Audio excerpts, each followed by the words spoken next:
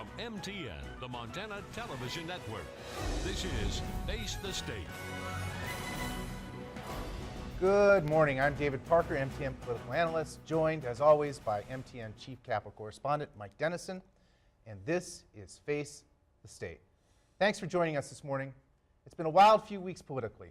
Voters have cast ballots in Nevada and South Carolina, and despite all the previous expectations, Trump seems closer to the Republican nomination than ever. Tragically, Supreme Court Justice Antonin Scalia, a key conservative on the bench, passed away, leaving a vacancy on the court. President Obama and Senate Republicans are now engaged in a battle royale about appointing a successor, a fight that might drag on throughout the summer. Our guest this morning, who will help us sort out these developments and more, is Montana's Junior Senator Steve Daines. Thanks for joining us today. Great to be here, David. Good to have you. So, Supreme Court, right? Right now we're in the position where Obama wants to appoint somebody, we don't know who, but the Senate Republicans have said basically, hey, we're not gonna have any hearings for anyone you send up. What's your position on this? Well, Justice Scalia, first of all, what a great champion of freedom. He brought such a tremendous intellect and wit to the court, and he was found in southwest Montana on a lot of summer afternoons, a tremendous fly fisherman. That's where I had a chance to actually meet Justice Scalia, was right here in southwest Montana. But stepping back in the historical context is so important to see that. Justice Scalia served for 30 years on the Supreme Court, nearly 30 years. The next appointment to the Supreme Court then could serve up until 2050, just thinking about the historical context. It's such an important decision. It's one of the most important decisions that a president makes, the nomination to the Supreme Court. It's one of the most important advise and consent rules that the Senate has, is that vote. As you mentioned in the opening comments, voters in this country have already started to pick the next president in Iowa, in South Carolina, in Nevada. And I don't think it's right to bring a nominee forward in an election year. And if you go back at history, you have to go back to 1888, Grover Cleveland, the last time there was ever a Supreme Court nominee that was filled in the vacancy that occurred during election year by divided government. You go back 80 years where you had members in the same party. We saw what Joe Biden said in 1992. He says the Senate should not move forward in election year for Supreme Court justice. Harry Reid has said that. Chuck Schumer has said that. That's been really the precedent of the Senate.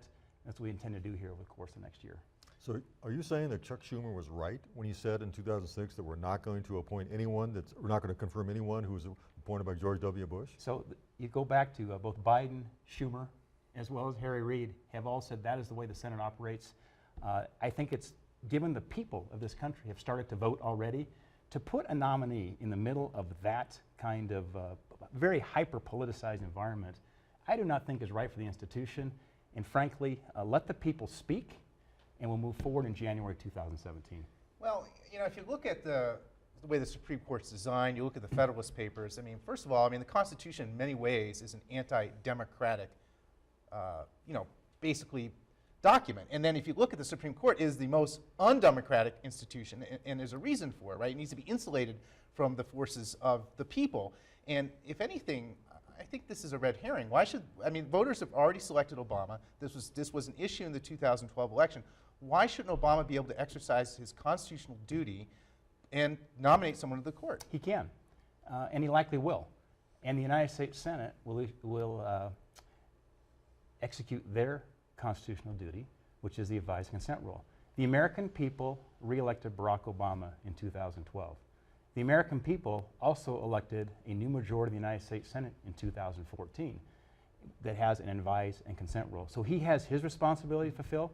We have ours in advise and consent. And we look at, as I look back as representing the state of Montana, which is the voice I bring back to Washington, D.C., we've actually had the Supreme Court step in certainly on the EPA's power plan and put a stay on that, something very important in Montana that without Justice Scalia, that might not have happened. And so we want to make sure Montana's voice also is part of that process. And Montanans elected me to go back and represent them. They elected a new majority of the United States Senate. And that's why we have two different views right now as it relates to not moving forward here with a nominee during a presidential election year. Now, would you be taking this position if the president was a Republican? I would. Okay. I would. So obviously, right, the Senate doesn't have to provide its consent. You don't have to. And in fact, the Senate has rejected nominees. So why not just hold the hearings and just say no and vote no and then vote no and vote no repeatedly. Yeah, I think, David, the reason for that is this is such a, it becomes such a hyper-politicized environment. To bring a nominee forward in this environment, frankly, would not be fair to that nominee. It's best in an election year for the president to not have hearings, not move forward, like has been the president of the Senate, certainly that goes back for decades, to move forward then in January of 2017. Let the people speak first. It almost seems though that the Republicans control the Senate, of course. It almost seems like you're gambling that you could end up with a Democratic Senate and a Democratic president to appoint the next Supreme Court justice if we postpone it. You know, wouldn't you rather have a certain amount of say now than gambling that for next year? Well, that's why I think it's important for the American people to speak. They spoke in 2014 and elected a new majority in the U.S. Senate. The majority of the Senate may change in January of 2017. The White House is a jump ball right now. And so, Mike, to that point, that's correct. That's why let the people have their voice. Let the people decide. And in January 2017, we'll move forward. Well, there's another constitutional power that Obama could invoke, right?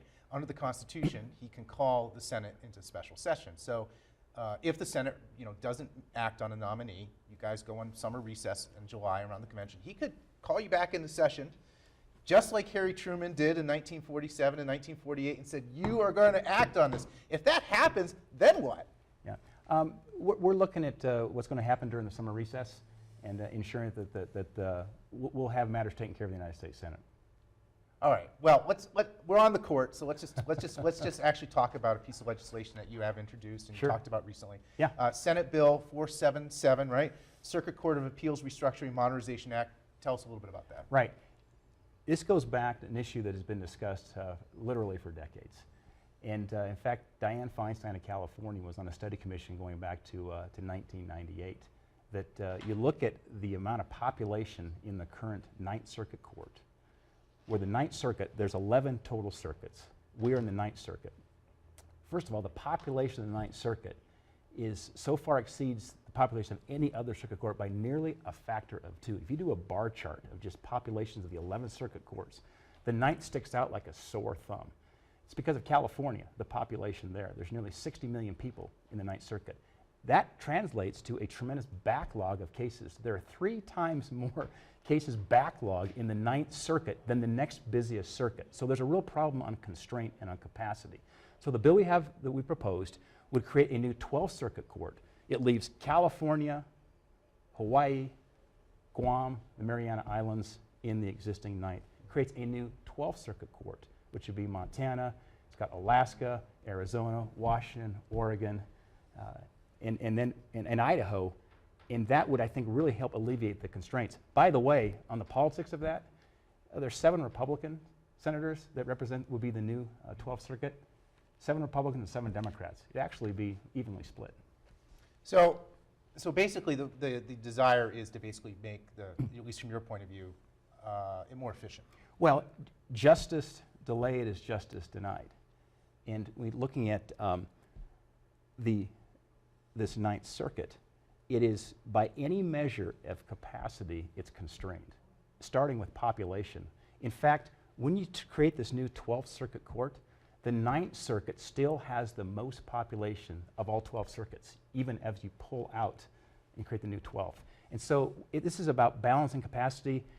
It's been something that's been studied and recommended. Dianne Feinstein of California led this effort back in '98. I'm looking forward to joining forces with her, because there really is an issue with California and the growth there in population. But so if you look at the Ninth Circuit, I know conservatives have long been very frustrated with the circuit in the sense of the outcomes, because a good majority of the appointees on that circuit were appointed by Democrats. So under your bill, what happens when you actually split it out, that majority of the Ninth shifts from 10 to 6 in terms of the judges on the circuit. 10 appointed by Democrats, 6 appointed by Republicans. And your bill also creates 5 new positions and then 2 temporary positions. So if you do the math there, if Marco Rubio, right, for example, wins, he could appoint 7 new judges to that circuit, all by Republicans. All of a sudden, that 10 to 6 Democratic majority shifts 13 to 10 for Democrats. So one could argue that maybe this is about changing the balance in the circuit as much as it's about efficiency. Well, as we are making the case for the change, we're arguing it based on capacity constraints population as well as backlogging cases. It's a very, very compelling argument. It's difficult to look at that and say we don't need to add more capacity. And we've been intentional in not trying to gerrymander the states that be in the new 12th. For example, we've got Washington and Oregon included in the 12th. If you were going to gerrymander this, you may want to put some of the more conservative states in the Rockies together and leave the West Coast states in a separate, in the Ninth Circuit. And so this is about the constraints, the delayed justice, and why we need to add more capacity to the court.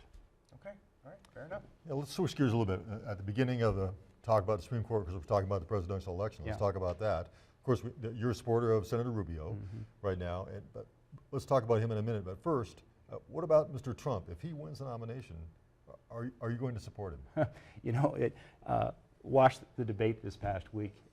I think we're seeing, it seems like almost like reality TV shows on virtually both sides. We have the Democrats are divided between Bernie Sanders and Hillary Clinton. The Republicans, starting with Donald Trump, and then now, you know, still 4 more candidates there, the 5 that are left. So the bottom line is ultimately an election comes down to a choice between one candidate and another. I'm going to continue to work hard to make sure that Marco Rubio is the nominee, Mike, on that. We'll cross the bridge down the road that relates to if Donald Trump's a nominee. But the reason I'm for Marco Rubio, he is a candidate I believe that can inspire and unite this nation. We're a very divided nation at the moment. We're divided parties, translate into a divided nation. I think Marco is someone who can inspire and unite and bring this country back together again. And I call him a 21st century conservative. He really has a vision solving today's and tomorrow's problems. And that's why you're seeing, if you go head to head of Rubio versus Trump, there was a Wall Street Journal NBC poll last week. Rubio beats Trump head to head, 57-41. The problem we have right now is just there's 5 candidates that are split, and Trump's not been able to get north about 40%.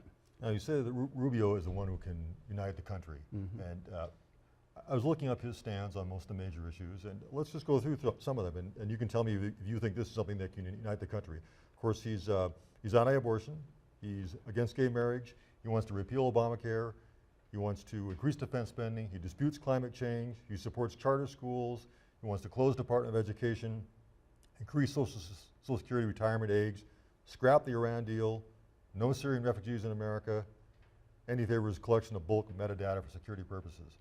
All those to me seem to be pretty one-sided in terms of where he stands on a lot of the major issues. You know, so often in politics, it's not only the stand that you take, but also the tone and tenor of the debate. What I find with Marco, having worked with him on the floor, having watched him over really the last 7 or 8 years, Marco's somebody that is, we may disagree on an issue because, you know, Marco and I have differences, for example, on that bulk collection. I was a sponsor of the USA Freedom Act, right? Marco and I disagree on that. But it's important that when there are disagreements, there will always be disagreements in politics. But it's how you try to resolve those differences and building trust and relationship. And you look at, as Marco works on the floor of the United States Senate, he has a trust and relationship with members across both sides of the aisle. I've had conversations with some of my friends across the aisle. They'll tell you there's one candidate they fear more than anybody else. It's Marco Rubio. No, that's true. And all those issues I mentioned, I mean, I'm assuming, I think, and knowing what I know about you, you support him on most of those issues. Yeah, I support Marco. As you went down that list, I'd say I support him on more of those than I don't. We have some disagreements and so forth there. But then, again, it comes down to, I think, it's the tone and tenor when there are disagreements. And you're watching even the way I think there's campaigns going, they get nasty and so forth. But Marco, you know, he's been staying above the fray most of the time. Sometimes you get down in the trenches, but Marco's been a pretty positive, optimistic kind of candidate. So Marco Rubio recently, in a couple of debates and on Fox News, and I got a clip here, you know, made some comments about college and education. And I want to roll that clip and then have you respond to that clip on the discussion of welders and philosophers. So if we could just Here's roll the that best clip. way to raise wages. Make America the best place in the world to start a business or expand an existing business. Tax reform and regulatory reform. Bring our debt under control. Fully utilize our energy resources so we can reinvigorate manufacturing. Repeal and replace Obamacare. And make higher education faster and easier to access, especially vocational training. For the life of me, I don't know why we have stigmatized vocational education. Welders make more money than philosophers. We need more welders and less philosophers. And if we do that... So I think you probably would agree, certainly, here in Montana, that more welders would be good. But what about the digs on philosopher majors and liberal arts majors that have here, not only from here, but Rick Scott in Florida? Should we actually change college to tie things like financial aid to the type of major that you actually well, as Marco said, we don't need philosophers. He says we need more welders on that, too. And I think something we need to do in our state, in our country, is make sure we celebrate the trades, the skills sometimes that can be received without having to go to necessarily a four-year institution. I'm proud of the fact I've gone to some apprenticeship graduations with electricians that are coming out with skills, they're employable, and it's really, I think it's more about elevating the trades. I grew up in the construction business. My summers were spent building homes. To elevate that work, men and women who have the skills, they're employable, and we've got to have that skill base. If we're going to compete in the 21st century, you have to have a solid base of the trades. So I don't think Marco was saying one is better than the other. He says, let's elevate the trades. Let's elevate welders and celebrate somebody who gets a welding degree. That's as great of an accomplishment as somebody graduating from a four-year institution with a large degree. So you would not support plans, basically, to tie financial aid only if you go into certain fields, STEM fields and things like that, which some other governors have said, we maybe should not support people who get anthropology degrees and stuff like that. No, I tell you, the older I get too, David, the more I have a great appreciation for the arts, for history, the humanities. I loved music. I was a trumpet player going all the way through high school and college here at MSU. But here's something though to remember is that, and Marco has proposed this, is that as we make choices in education, Marco suggested, maybe we should, as we're talking about student loans, making sure there's complete transparency of helping that student see that if they graduate in this degree, here's the current employment potential with that degree, here is the current salary with that degree, and then look at, with this loan, here's how long it'll take you to pay off that loan. I think it just helps students. I mean, you're young kids, we're parents of 4 kids, 1 out of college and 3 in college right now. It's important that they see that and help them, guide them in decisions here so they're not financially strapped when they graduate. And I think I certainly would agree with that. We want to make sure our students come out of school and know what their employment opportunities are. And I think that's also on us, too, as educators. Right. So. Let's talk a little bit about coal and fossil fuels and energy. You have an energy conference coming up here soon, and I've seen a lot of the statements you've made about coal. The first thing I'd like to ask is, fossil fuels, coal specifically, it's falling out of favor a little bit with some consumers.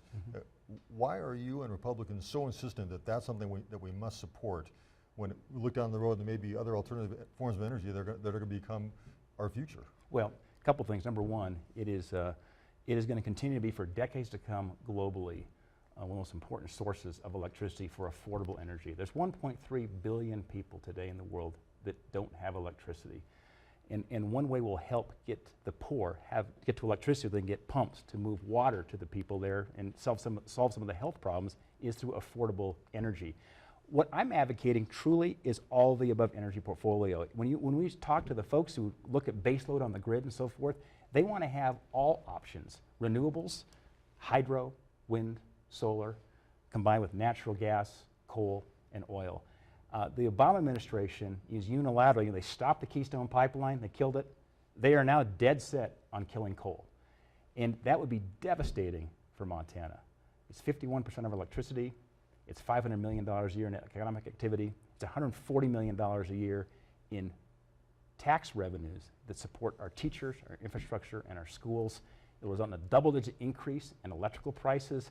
In fact, the University of Montana report said it'd be one of the single most devastating economic impacts that we've seen in Montana in over 30 years. So the stakes are very high, not only for Montana, but as we think about keeping more made in America energy, as we transition to the future towards more renewables, but coal needs to be an important part of that equation going forward. So what should coal do? I mean, you talk about clean coal technology. What investments should we make in clean coal technology? And are you talking about exporting more coal overseas when you talk about the markets in China and India and Japan? What is your vision for what coal can be in the country? Yeah, well, 2 things. Certainly, as we know in Montana, we have the largest coal reserves in the nation. We're number 1. That's something that folks back in Washington don't always understand. We're number 1 in terms of our coal potential. But I'd look at two fronts on that. Number 1 is continuing to make sure that coal is part of our overall energy portfolio. It's 51% of Montana's electricity. It's about 35% of America's overall electrical portfolio. So we need to continue to have that as this all-the-above portfolio. As far as exporting goes, I support exporting coal. 90% of the coal is consumed outside the United States. It's going to get consumed or supplied by somebody. Why not use that to create good Montana jobs, tax revenues for schools, teachers, infrastructure? It's an important part of our economy. So for example, even China, right? So, and I've got a clip here of the Beijing skyline, which doesn't look very, very nice. And if you want to bring that up, China itself is basically moving away from coal. They have tried to put increased regulations to get to stop using coal. And on top of that, what seems to be driving the coal market more than the regulations coming out of Washington is consumers are moving away from coal. So the issue is in Washington State is a lot of the consumers in Washington State are saying we don't want coal-produced electricity, and that's the bigger threat to Colstrip than perhaps Obama, right? No, I would not say that. I think the greatest threat to Colstrip is Obama and the EPA.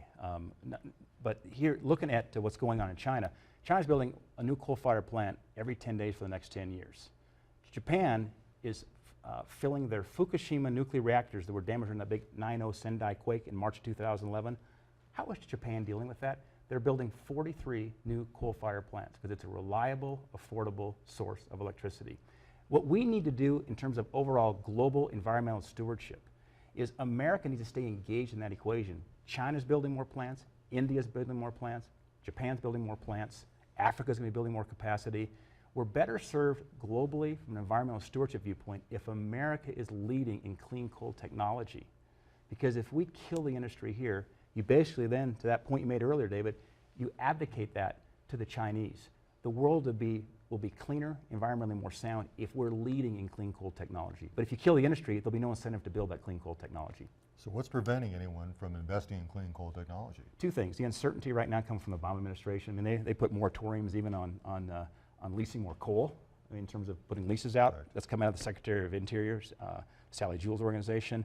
The overall just attitudes and regulations coming out of the Obama administration there to kill it quickly versus working a glide path that says we need to continue to make progress here in clean coal technology, but let's do that in a way here that doesn't kill the industry, but work in concert so that it's part of our portfolio for the long term.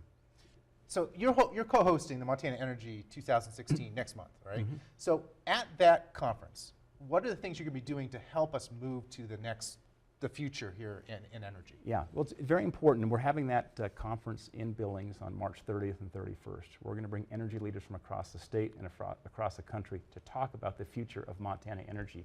We are uniquely positioned in Montana. Start, with our hydro assets. I mean, we're unique with our beautiful rivers and the hydro capacities that we have. We have sunny days in Montana. We have solar capacity. Along the front, we've got wind. So we've got wind energy. But we also have coal, we have natural gas, we have oil. So it's really looking at going forward here with this balanced, all-the-above energy portfolio. And it's very, very important to our future as a state. With the President's EPA power plan, Montana will go from being a net energy exporter to being a net energy importer. I think that's wrong, and that's what we need to stand up and fight and make sure that we have a balanced portfolio here going forward. And that's what we'll talk about in Billings at the end of March. But at the conference, I mean, I looked at the conference agenda. I didn't see anyone on that agenda outside of essentially the fossil fuel industry. I didn't see any prominent person talking about wind power or solar power or what's going to happen after Colstrip. Yeah, we still have 4 weeks till the conference comes together, so we've still got folks here that, wait till we get the final agenda, Mike, truly, because we had Northwestern Energy conversation here recently. They're talking, they have 230 megawatts of coal. They have 230 megawatts of wind. When a high pressure system moved into Montana in November, the temperatures go down right before Thanksgiving. Temperatures go down, demand goes up. They were able to get 230 megawatts of coal electricity on the grid.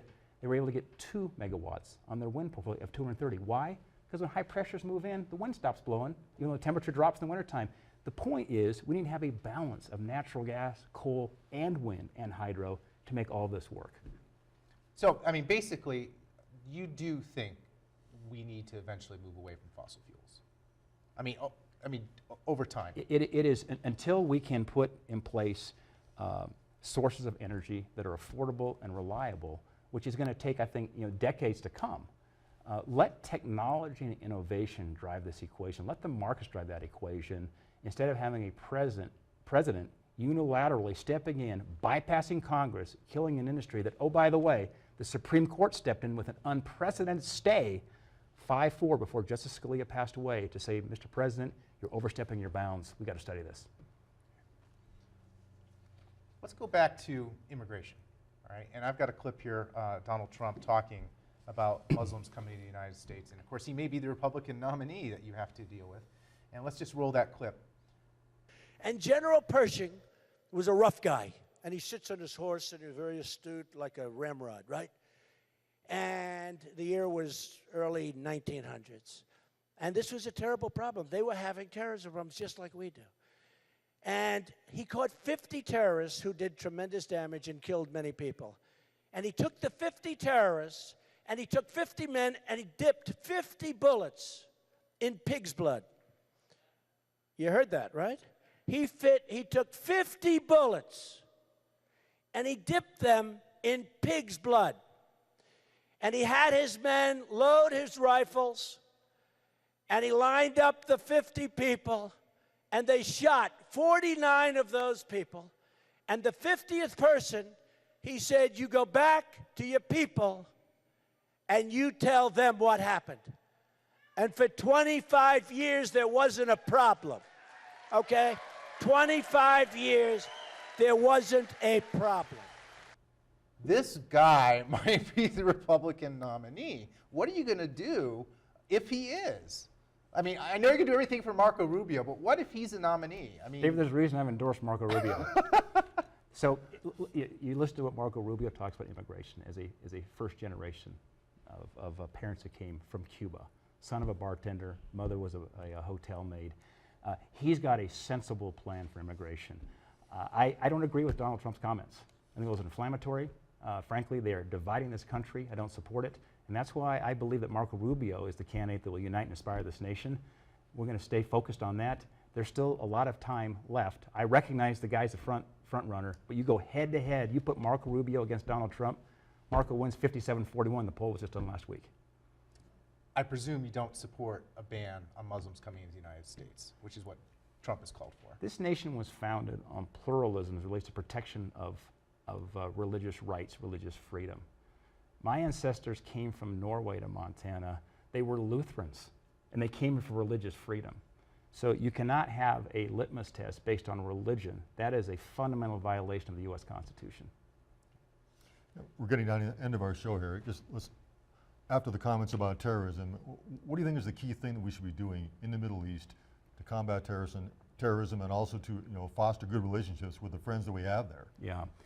Well, I've spent some time over there being in the United States Senate, spent time in Israel, Jordan, Iraq, and Afghanistan. In fact, I was just up in Alaska last week on an energy field hearing for the United States Senate, looking at the threats, by the way, of Russia. You mentioned the Middle East threat, but we have threats with Russia, we have threats with China, North Korea, the Middle East, and then you break down to ISIS and radical Islam. Here's the problem. Without having leadership in the Middle East, it fills with poison. And without American leadership, we're starting to see what's happened here. Israel no longer trusts us. The president has made friends with Iran. That's causing a lot of problems and consternation right now with our allies in the Middle East, and that's why the president lacks a strategy in the Middle East, and he needs one. And now we have to go, so thanks for that, and it was good having you again, Senator. Good to be here, David. Thanks, Mike. Thanks for joining us. You've been watching Face the State, a presentation of MTN, the Montana Television Network.